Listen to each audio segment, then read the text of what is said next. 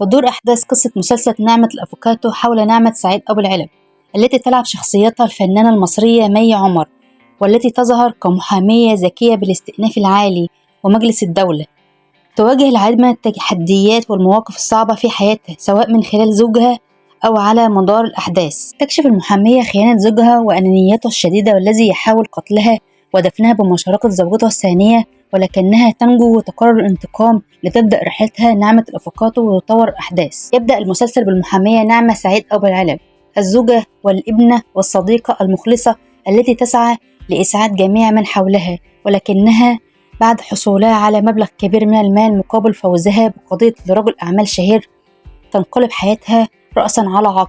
فبعد أن كانت واثقة في حب زوجها وإخلاصه، تكشف طمعه وأنانيته وسوء طباعه.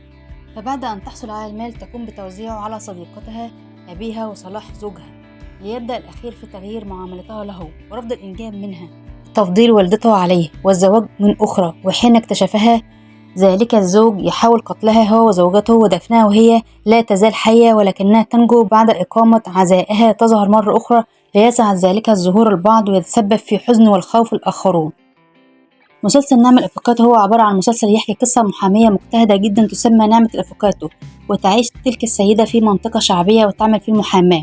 والقصة الخاصة بالمسلسل تدور كلها حول جدعنة وشجاعة تلك السيدة ومساندها لكل الناس، وتعمل على ناصرها الضعيف والمظلوم بكل الطرق، وهي قوية جدا فيمكنها الوقوف في وجه أي ظالم حتى ترد الحق.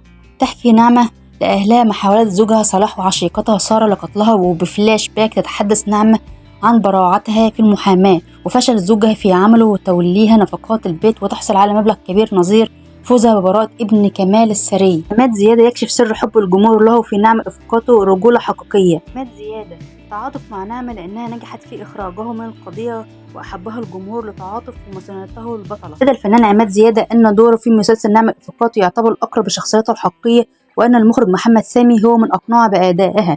وقال العربية نت إن دور ياسين الألفي يشبه كثير فقط تعاطف مع نعمة لأنها نجحت في إخراجه من القضية، وأحبها الجمهور لتعاطفه ومساندته البطلة وحبه له، مشيرا إلى أن أداء الدور بشكل طبيعي هو الأصعب، وهو ما يجعله يصل بصدق المشاهدين وتفاعل مع الشخصية التي يتقمصها. كشف أن بذل جهدا كبيرا في فهم شخصية ياسين الألفي ودراسة تفاصيله، وساعده على ذلك أنه بدأ تصوير المسلسل في أغسطس الماضي، وتم الانتهاء منه قبل بداية شهر رمضان، منحهم الوقت الكافي للعمل وبدون ضغوط، مضيفا أنه أعجب البطلة خلال مرافعتها في المحكمة وإنقاذها له من العقوبة وحصولها على البراءة. زيادة أنه مكلف الأدوار الفنية لأنه لا يقبل سوى الدور الذي سيضيف له ويكون الأقرب له، معبرا عن سعادته نجاح المسلسل ونجاحه في دور وتصدر المسلسل الترند. تبع أنه لحبه العمل في المسلسل قام بالاستعانة في العمل بعدة سيارات من ممتلكاته، مشيرا إلى أنه من عشاق السيارات وهوايته اقتناء الجيدة منها. ذكر الفنان المصري أن شخصيته حصلت تفاعلا واسعا لأنه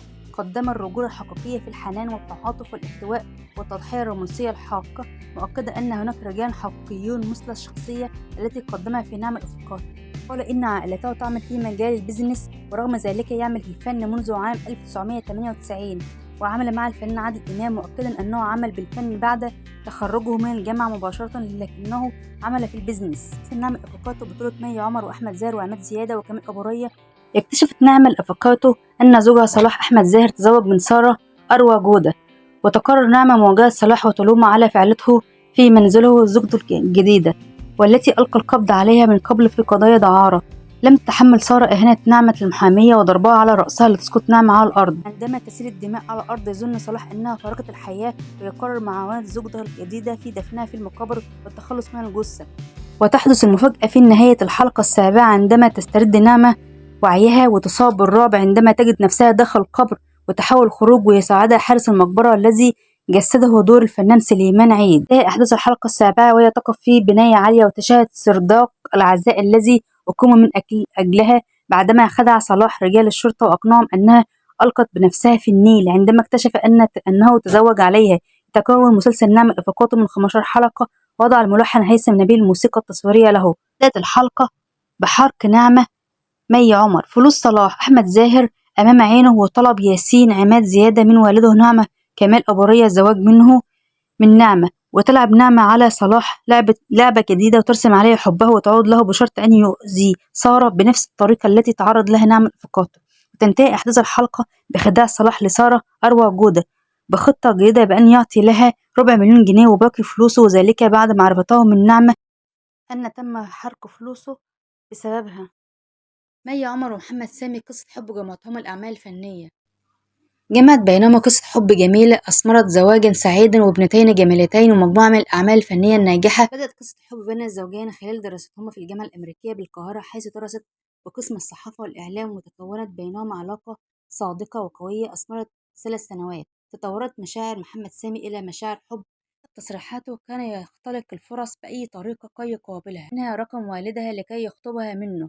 لم تصدق في البداية وظنت أنه يمزح، لكن فجأة محمد سامي الذي بادر إلى الاتصال بوالدها وطلب منه الزواج بابنته، قائلا له إنه لا يملك عملا ثابتا لكنه يحب ابنته ويود الزواج به. ردا عليه والده بأنه سوف يتصل به، لكنه لم يتصل، فعاد محمد سامي بالاتصال به بعد يومين ليطلب والده أن يزوره في مكتبه، حيث كان يعمل إعداد أفلام قصيرة.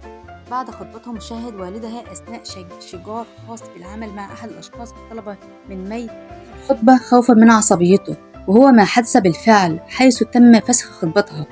لكن كان القدر رأي آخر، حيث تم نقل مقر عمل مي عمر إلى العمارة التي يسكن فيها محمد سامي، ما سهل عودتهما من جديد.